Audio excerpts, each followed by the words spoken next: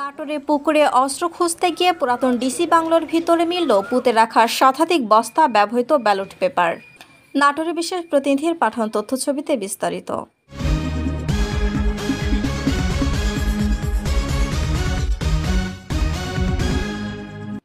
নাটোরে পুরাতন ডিসি বাংলোর পাশে পুকুরে অস্ত্র খুঁজতে গিয়ে বাংলোর ভিতরেই পুঁতে রাখা শতাধিক বস্তা ব্যবহৃত ব্যালট পেপার উদ্ধার করেছে পুলিশ।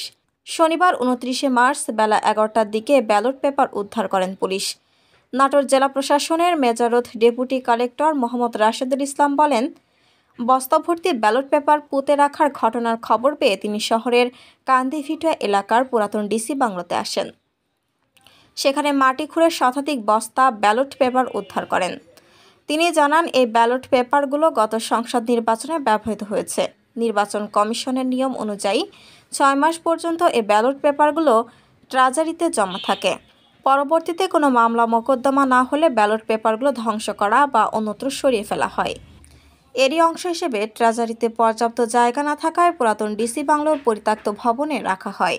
কিন্তু কে বা কারা এই ব্যালট বাক্সগুলো সেই গুদাম থেকে বের করে মাটিতে পুঁতে রাখে, সেখানে কোনো প্রহরা ছিল কিনা এমন প্রশ্নের জবাবে এনডিসি জানান, সেখানে একজন নাইট গার্ড আছে, কিন্তু তাকে এ বিষয়ে কোনো জিজ্ঞাসাবাদ করা হয়নি। গতকাল শুক্রবার ডিসি বাংলোর পাশের পুকুর থেকে ৬টি আগ্নেয়াস্ত্র উদ্ধার হয়েছে।